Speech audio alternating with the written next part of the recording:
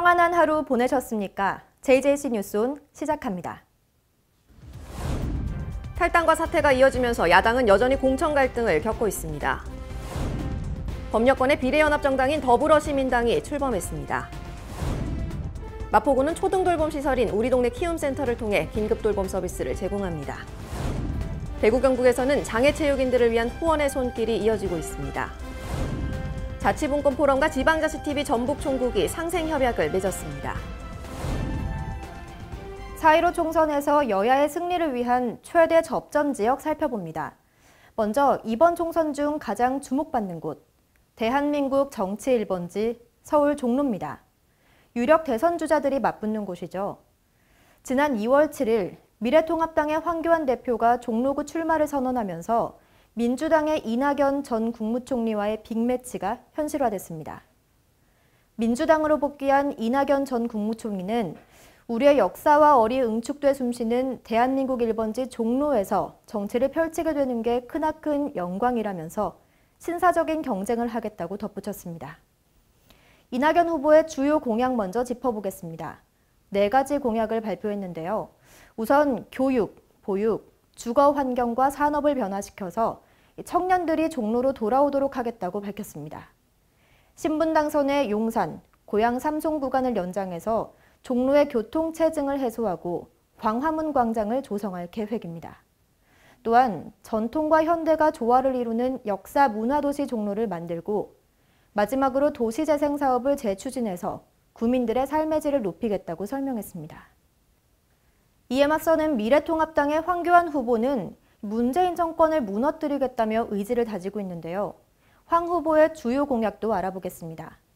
우선 성균관대, 방송대 등 종로구에 있는 15개 대학과 연계해 4차 산업혁명 연구개발특구를 만들고 일자리를 1,000개 이상 창출하겠다고 밝혔습니다. 이렇게 연구개발특구로 지정되면 첨단 기업과 연구소가 법인세와 재산세 등에서 감면 혜택을 받을 수 있게 됩니다. 또한 종로구에 연건 캠퍼스가 있는 서울대 의대와 협력해 분자의학과 바이오제약을 연구하는 센터를 설립하면서 헬스 의료, 문화관광을 중심으로 한 서비스 단지를 만들겠다고 밝혔습니다. 최근의 여론조사에 의하면 종로구 대부분의 연령층에서 이낙연 후보를 지지하고 있고 60대 이상은 이 후보가 43%, 황 후보 49%로 집계됐습니다. 가상 대결을 벌인다면 민주당 이 후보가 52.3%로 29.3%인 황 후보를 앞서고 있고 뒤이어 민생당 한병영 후보가 0.7%로 다소 낮은 지지도를 보였습니다. 여야의 대표적인 대선 주자가 격돌하는 서울 종로구. 이번 총선에서 최대의 승부처가 될 것으로 예상됩니다. 두 번째 접전 지역은 서울 동작구 을입니다. 민주당에서는 이수진 후보를, 미래통합당은 나경원 후보를 내세웠습니다. 두 후보 모두 여성 의원이고 같은 판사 출신인데요. 두드러지는 차이점은 나경원 후보는 5선에 도전하고 있고 이수진 후보는 신인이라는 점입니다. 민주당의 이수진 후보, 인권 중심 판결로 국민들에게 감동을 줬던 판사였습니다. 양승태 대법원장 시절에 일제 강제징용 재판 지연 의혹을 지적하면서 불이익을 겪었던 사법개혁의 상징이기도 하죠. 통합당의 나경원 후보, 이번 총선에서 공천이 가장 먼저 확실시됐던 후보입니다. 동작에는 나경원이 있습니다라는 구호를 내걸고 4선의 경험과 독자적인 경쟁력을 내세웠습니다. 앞서 치러진 여론조사에 따르면 20대와 40대에선 이수진 후보가 앞서고 있고 30대와 50대, 60대는 나경원 후보를 지지하고 있습니다. 가상 대결에서 이 후보가 44.0%, 나 후보 34.9%로 다소 격차가 벌어졌고 정의당의 이호영 후보는 1.9%입니다. 문재인 정권 심판과 인류 동작을 내세우는 야권의 대표급 인사, 그리고 사법개혁과 인권보호를 상징하는 신인 후보, 동작을에서 펼쳐질 두 사람의 대결에 귀추가 주목되고 있습니다. 한 주간의 국회 소식입니다. 미래통합당 정태욱 의원이 탈당했습니다. 이어 김형우 공천관리위원장도 사퇴하는 등 야당은 여전히 공천 갈등을 겪고 있습니다.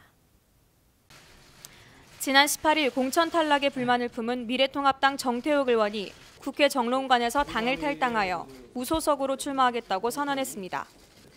앞서 황교안 대표가 공천에 대한 불만을 표명한 이후 김영호 공천관리위원장이 사퇴하는 등의 공천 갈등이 지속되고 있습니다. 하지만 이번에 공관위의 공천 결과는 미래통합당은 물론 대구 경북민의 지역 정서를 철저히 외면한 사천이었습니다. 김태호, 윤상현, 곽대훈 등 친박 인사들이 무소속 출마를 선언한 가운데 대선 잠룡인 홍준표 전 대표도 대구 수성을의 무소속 출마를 선언한 바 있습니다. 선거 승리를 위한 보수 통합은 이뤄냈지만 진정한 통합은 이루지 못했다는 목소리가 나오고 있습니다. 범여권의 비례연합정당 대표단은 플랫폼 정당의 당명을 더불어시민당으로 명명했습니다. 당초 참여가 예상됐던 민생당은 비례연합정당 참여를 고사했습니다. 비례연합정당의 대표단들은 지난 18일 국회 정론관에 모여 플랫폼 정당 관련 기자회견을 열었습니다. 우희종 채백은 공동대표는 당명을 더불어시민당으로 정하고 단 하나의 구호, 단 하나의 번호로 21대 총선 정당 투표에 참여할 것이라고 밝혔습니다. 시민을 위하여는 고심했고 또 고심했습니다. 연동형 비례제도의 취지를 확장하고 발전시키는 방법이 무엇인지 진지하게 논의했습니다. 그 결과 끝내 남게 된 빈자리를 적폐청산이라는 촛불 정신으로 채워야 한다는 그러한 결론에 다다랐습니다. 비례 순번은요. 비례 후보 순번은 그러니까 이제 민주당이 이제 후순위로 배치하는 거는 일단 합의가 됐고요. 그리고 이제 앞번호에 이제 배치하는 것은 다 공천 심사 결과에 따라서 그리고 이제 선거법을 준해 가지고 거기서 이제 우리가 결정을 할 겁니다. 당초 참여가 예상된 민생당은 18일 오전 최고위원회의에서 비례연합정당 참여 여부를 논의했으나 김정화 공동대표가 당론 추인을 거부하며 참여 결정이 결렬됐습니다. 민생당의 분열로 참여가 힘들어진 가운데 5개 당이 연합한 더불어시민당은 비례대표를 뽑는 정당 투표용지의 상위 기호를 받기 위해 미래한국당과 같이 더불어민주당의 불출마 의원 파견을 요청할 것이라고 밝혔습니다. 한편 채백은 공동대표는 정봉주 전 의원과 손혜원 의원이 주도하는 열린민주당과는 성격이 다르다며 선을 그었습니다. 정의당은 비례연합정당에 참여해 비판적인 입장을 표명했습니다. 불참 선언을 고수함에 따라 정의당은 독자적인 비례대표로 선거를 치를 것으로 보입니다. 지난 18일 국회 정론관에서 정의당의 조성실 선거대책위원회 대변인은 논평을 통해 비례연합정당의 참여를 결정한 더불어민주당을 비판했습니다. 이어지는 불법 위장정당 논란으로 국민들의 정치 혐오와 피로도가 극에 달했다. 신락 같던 새로운 국회에 대한 희망마저 무참히 짓밟혔다. 국민 여러분께 간절히 호소드린다. 부끄러운 현 정치권의 민낯을 호되게 꾸짖어달라. 한편 같은 날 더불어시민당이 창당 관련 기자회견을 열어 아직 정의당의 참여를 기다리고 있다고 밝혔으나 거기에 대해 조 대변인이 재차 반대 입장을 표명함에 따라 정의당은 이번 선거를 독자적인 비례대표로 치룰 것으로 보입니다. 수도권 소식입니다. 강북구가 구청청사와 우이동 만남의 광장 등 4곳의 건강관리존을 운영해 의료 서비스의 접근성을 강화할 예정입니다. 키오스크와 모바일 앱으로 체성분이나 혈당, 콜레스테롤 수치를 측정하고 누적된 검사 결과도 쉽게 확인할 수 있습니다. 강북구가 만성질환 등과 관련해 개인 건강 상태를 점검해 볼 수 있는 건강관리존의 운영의 내실을 다져나갈 계획입니다. 건강관리존은 강북구청과 미아동 복합청사를 비롯해 우이동 만남의 광장과 근현대사 기념관의 건강체험존 등 모두 4곳에 설치돼 있습니다. 만 20세 이상 강북구민 누구나 월요일부터 금요일까지 오전 9시에서 오후 6시, 일과 시간 내에 이용이 가능합니다. 북한산 등산로 입구에 위치한 만남의 광장과 역사문화 탐방객을 맞이하는 근현대사 기념관의 건강체험존 2곳은 너랑 나랑 우리랑 스탬프 힐링 투어 참가자의 편의 등을 함께 고려해 연중 무휴로 운영됩니다. 이들 시설에는 전문 의료 장비가 갖춰져 체성분과 혈압, 혈당, 콜레스테롤 수치 등을 확인할 수 있고 구청사 1층에서는 스트레스 측정도 받을 수 있습니다. 건강관리존에서는 유헬스 시스템을 접목한 건강진단이 진행되고 콜레스테롤 검사를 희망할 경우 8시간 이상 금식한 상태로 사전 연락을 거쳐 방문하면 됩니다. 건강관리존은 키오스크와 모바일 앱을 통해 누적된 검사 결과를 한눈에 확인할 수 있어 이용객들로부터 높은 만족도를 얻고 있습니다. 강북구는 신종 코로나 바이러스 19의 영향으로 개인 생활이 위축되면서 만성질환에 대한 대비 또한 소홀해지기 쉽다며 건강관리존의 의료 서비스를 활용해 건강 상태를 꾸준하게 점검할 수 있기를 기대한다고 전했습니다. 초등학교 개학이 또다시 연기되면서 맞벌이, 한부모 가정 등의 시름이 깊어졌습니다.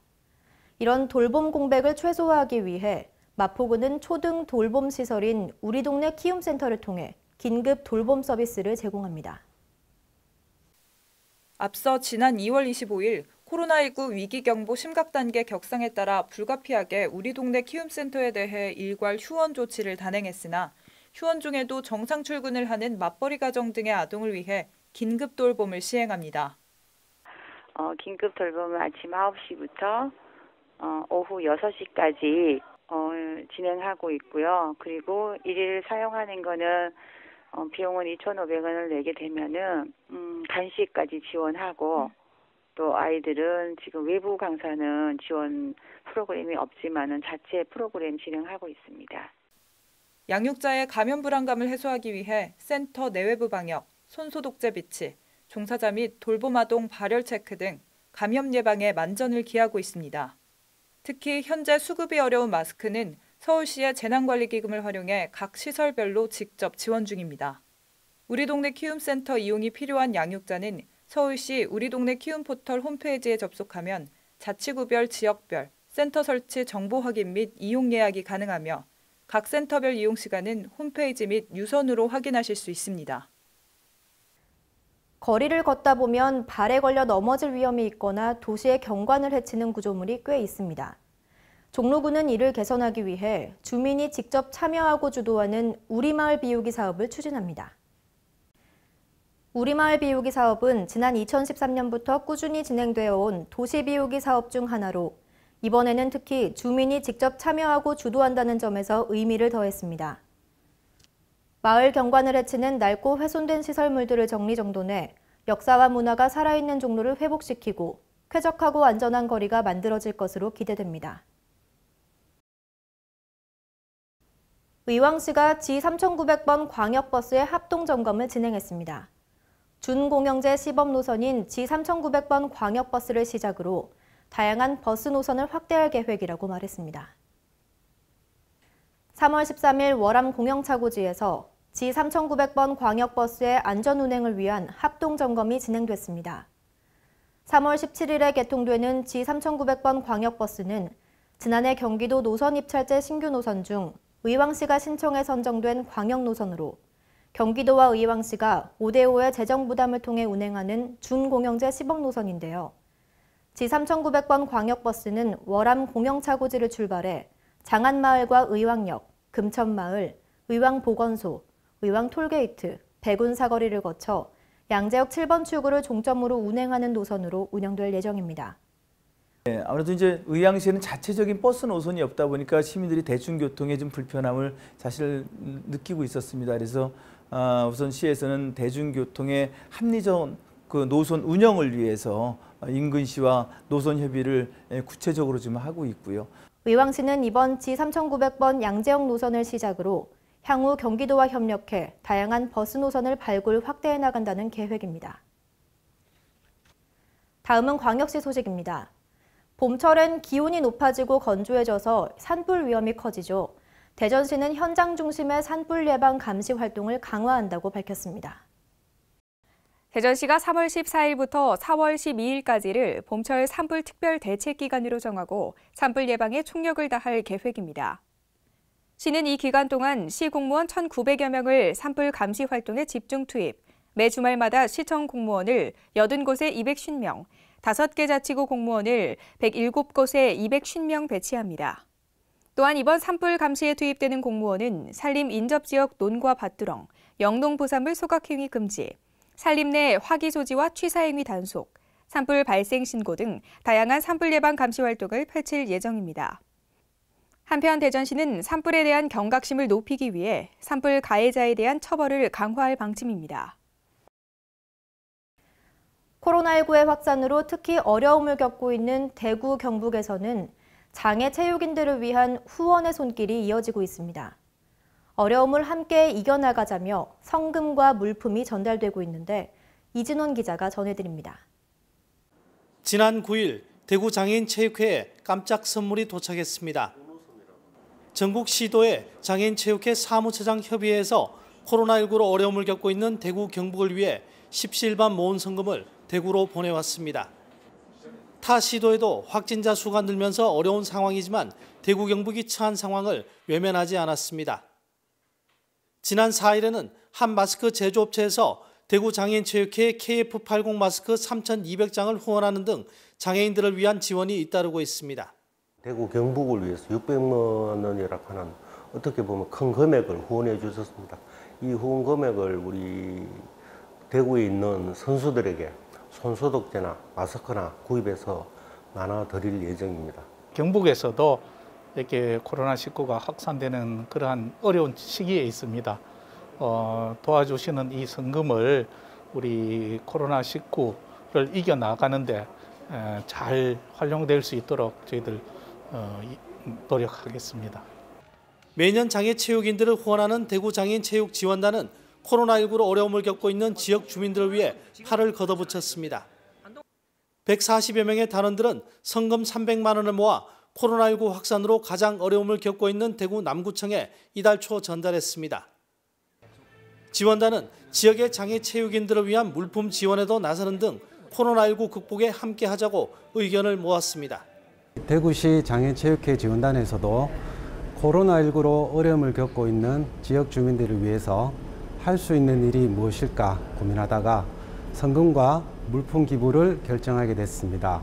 지역 주민들이 코로나19를 이겨내는 데 도움이 될 수 있도록 저희 지원단에서도 최선을 다하겠습니다. 그 어느 때보다 힘든 시간을 보내고 있는 대구, 경북.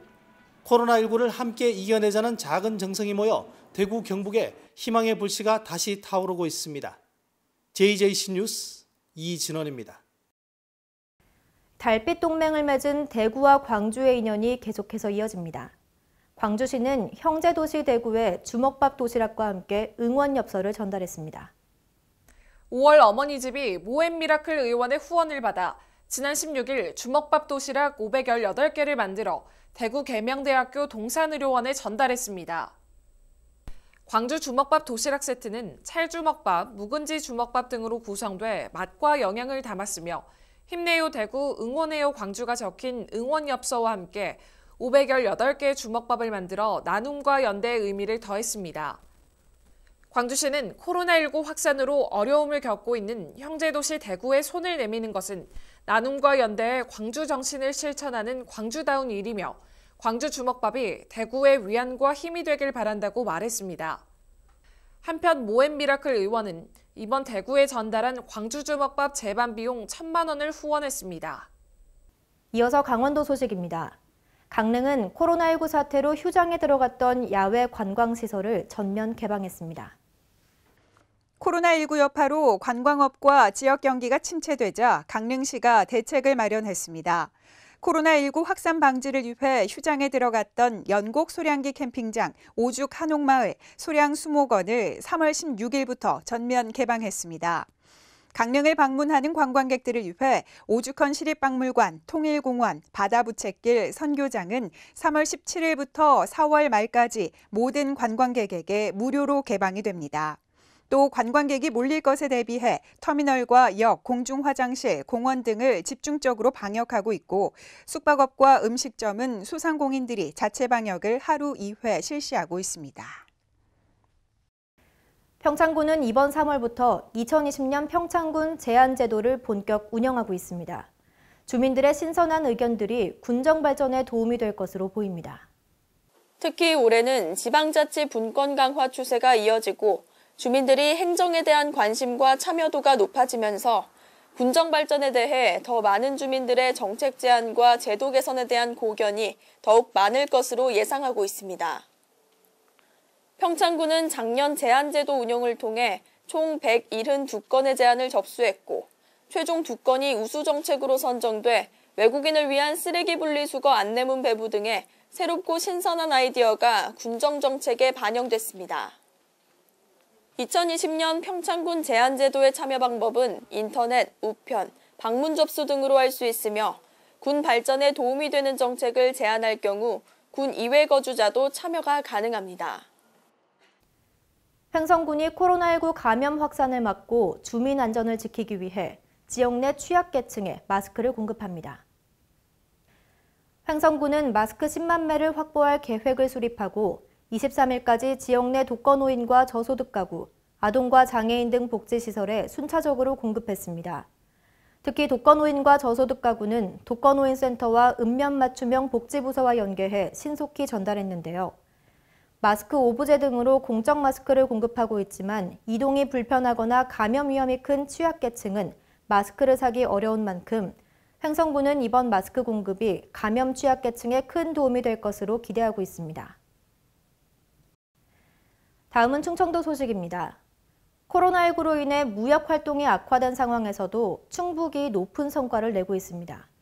지난 2009년 1월 이후 연속 흑자를 기록하며 수출 특화도라는 별칭에 걸맞은 무역 흑자를 이어가고 있습니다.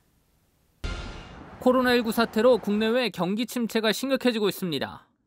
특히 정부는 소비 심리와 경제활동 위축으로 현재 비상시국이라고 밝히고 비상경제체제에 돌입했습니다.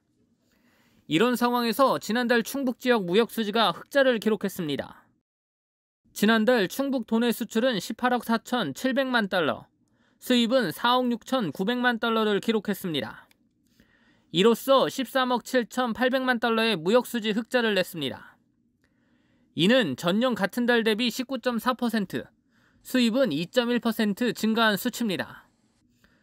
수출 품목별로는 일반 기계류가 42.6%로 가장 많았고 화공품 18.2%를 기록했습니다. 세계적으로 침체된 반도체 역시 수출이 2.5% 증가했습니다.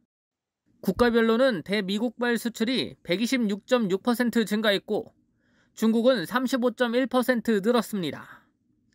이외에도 호주와 일본, 유럽연합 등 세계 주요 국가 수출이 늘었습니다. 이어서 경상도 소식입니다. 요즘 외부 활동이 제한되면서 문화생활하기 참 어렵습니다. 양산시가 이런 시민들의 문화적 갈증을 해소하기 위해 도서 택배 서비스를 시작해 호응을 얻고 있습니다.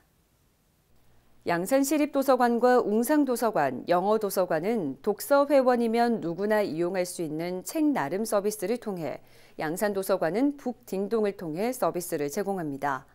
이번 무료 도서 택배 서비스는 휴관 종료 시까지 한시적으로 운영하며 1인 최대 5권을 대출할 수 있습니다.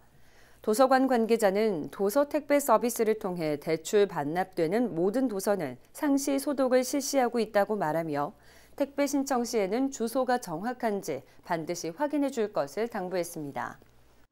포항시는 코로나19 극복을 위해 모든 행정력을 집중하고 있습니다.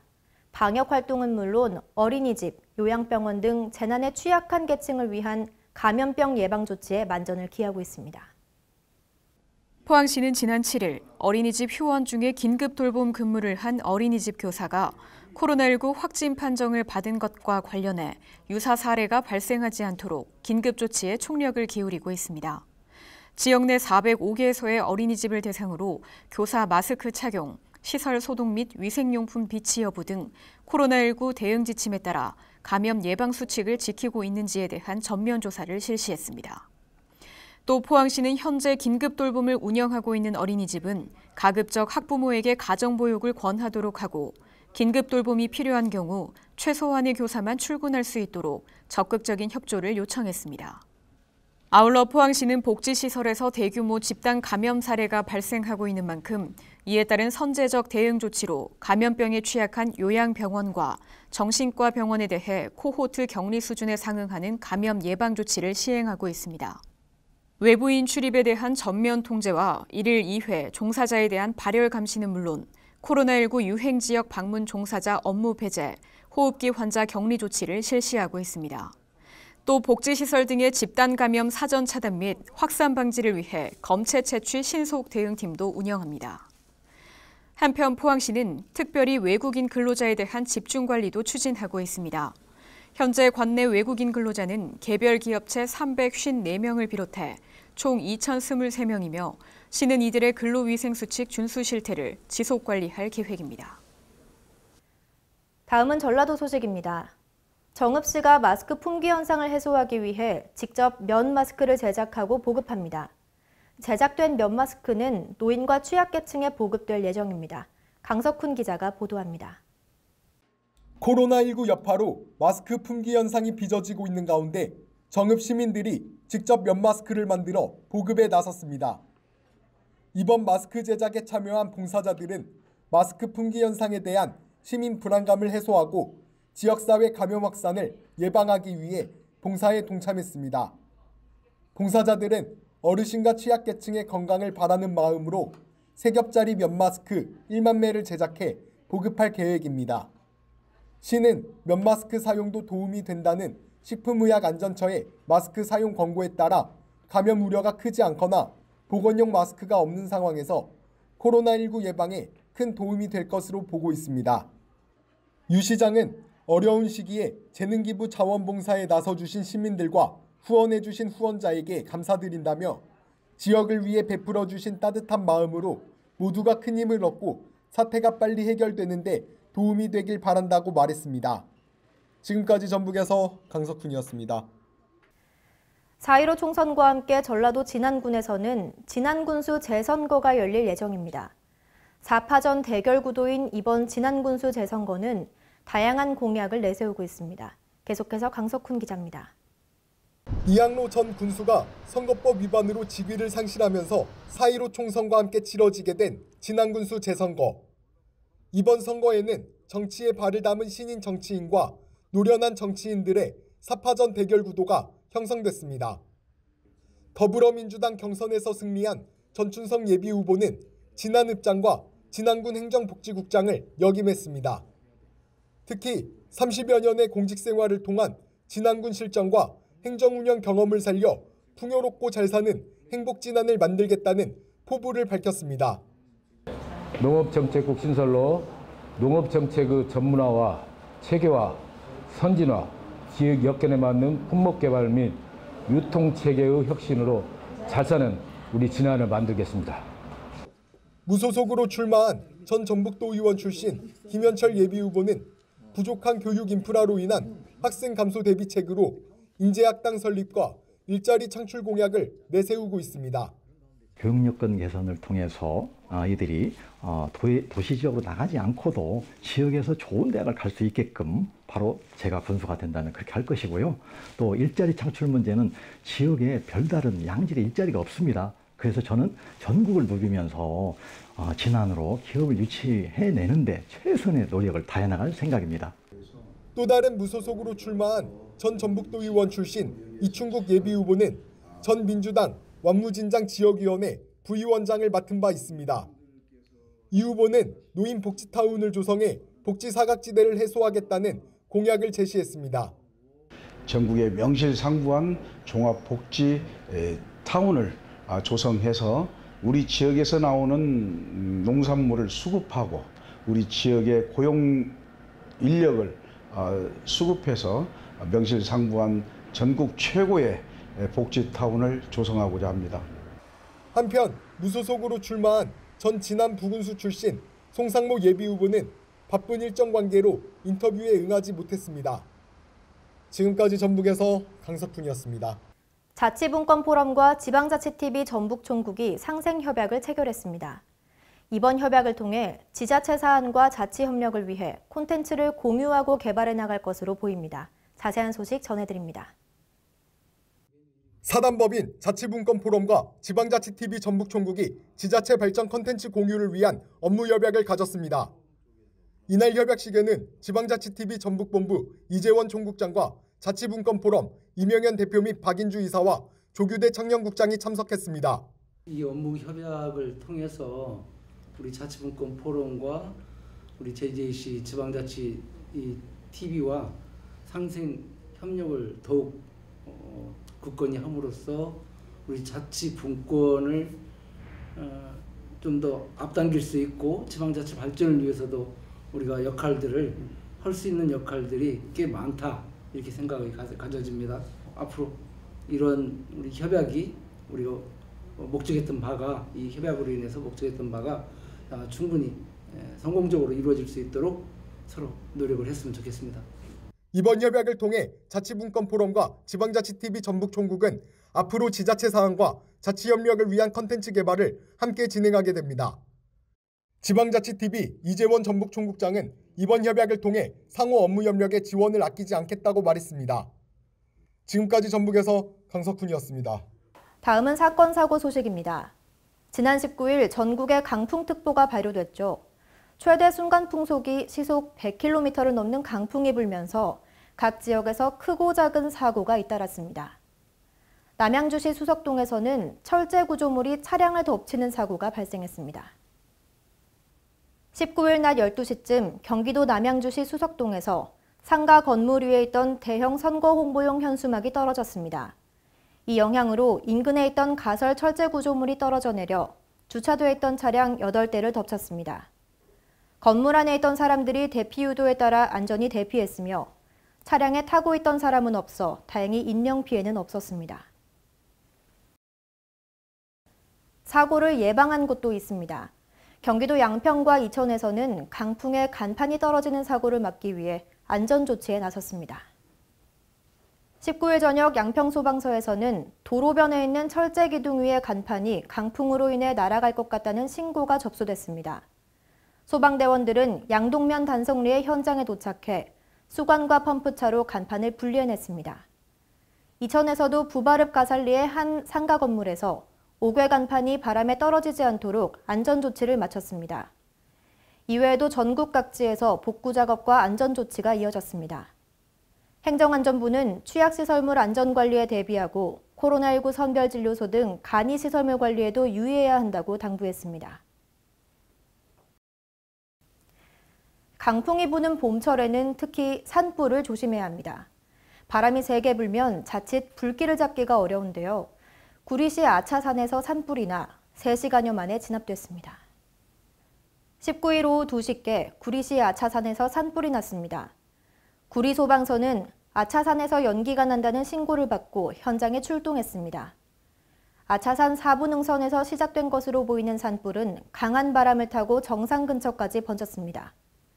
소방 헬기 등이 투입돼 3시간여 만에 완전히 진화됐고 화재로 인한 인명피해는 없었습니다. 코로나19로 인한 지역사회 감염이 산발적으로 발생하고 있는데 일부 교회에선 현장 예배를 강행하고 있습니다. 확산세가 둔화됐다고 하더라도 아직 방심하기엔 이르지 않을까요? 이상 뉴스원 마칩니다. 함께해 주신 여러분 고맙습니다.